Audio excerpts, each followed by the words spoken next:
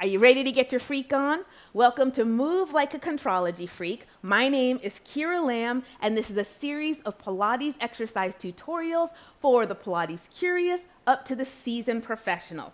Let's work on scissors, also called high scissors. It is an advanced exercise that comes after the neck pull.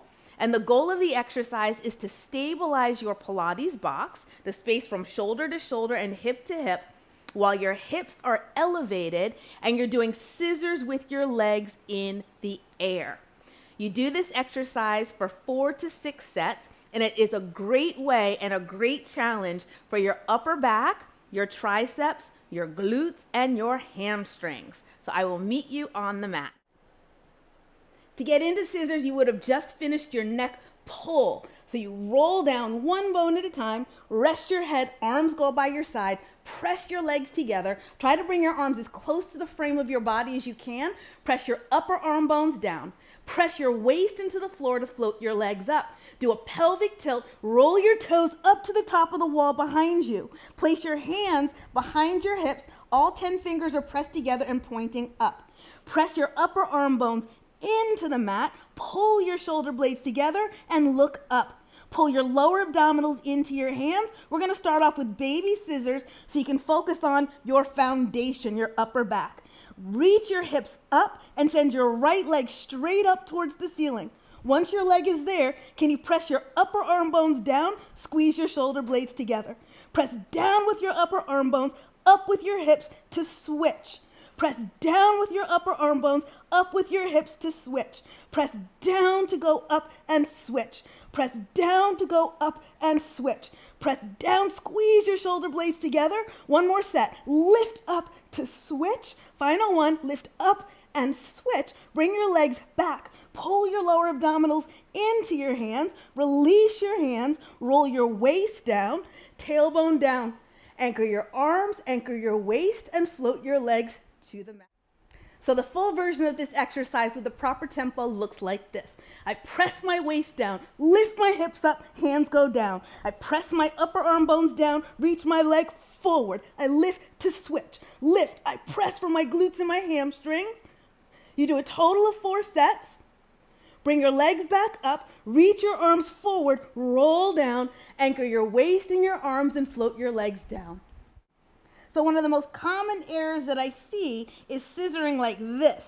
So I'm just dropping my leg towards my face, and there's no powerhouse activation whatsoever.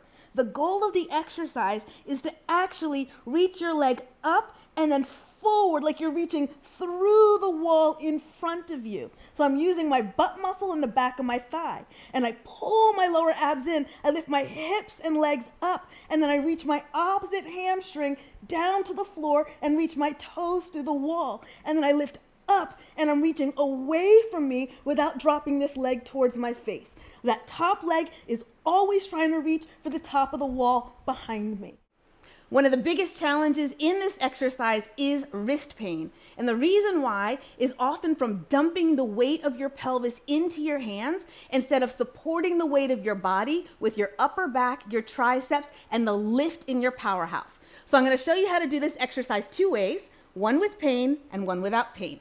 So the version with pain looks like this. I'll bring my legs up and over, hands go behind my hips, and I'm going to start to move into my scissor.